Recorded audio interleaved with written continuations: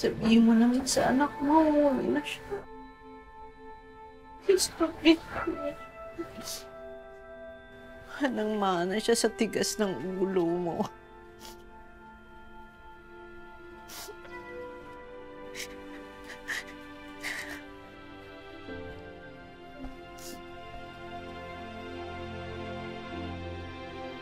Nay?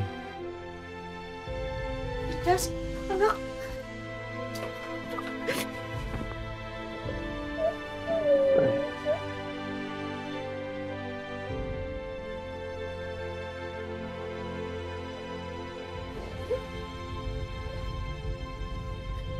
Nay, pasensya na ako kayo kung nawala po ako ng matagal, ha? Nandito na ako. Hindi na po ako mawawala kahit kailan. Sana ako mapatawad niyo ako sa ginawa kong pag-alis. So please, kita.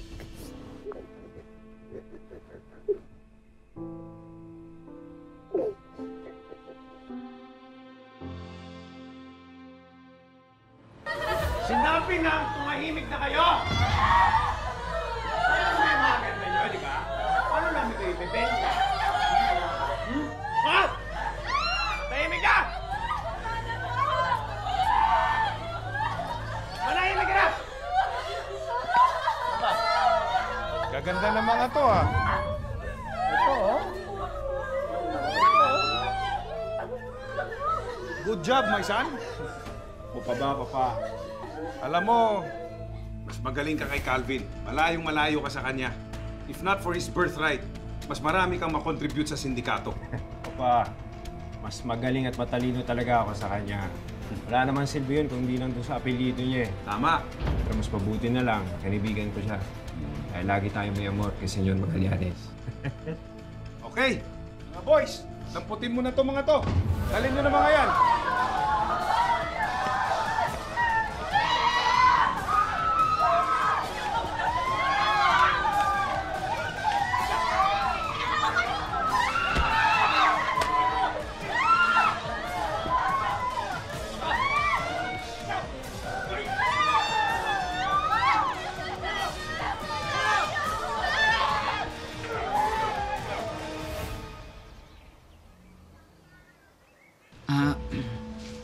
Elias, paano mo hanapin yung mga pumatay sa pamilya mo?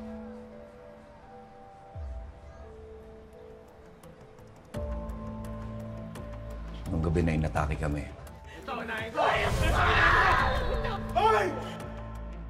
Gabi-gabi,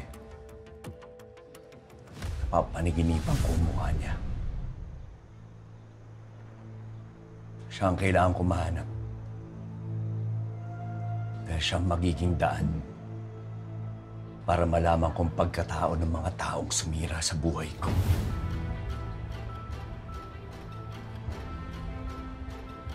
Biyahero rider pa rin naman ako eh. At gagamitin ko to para mas madali ko siya mahanap.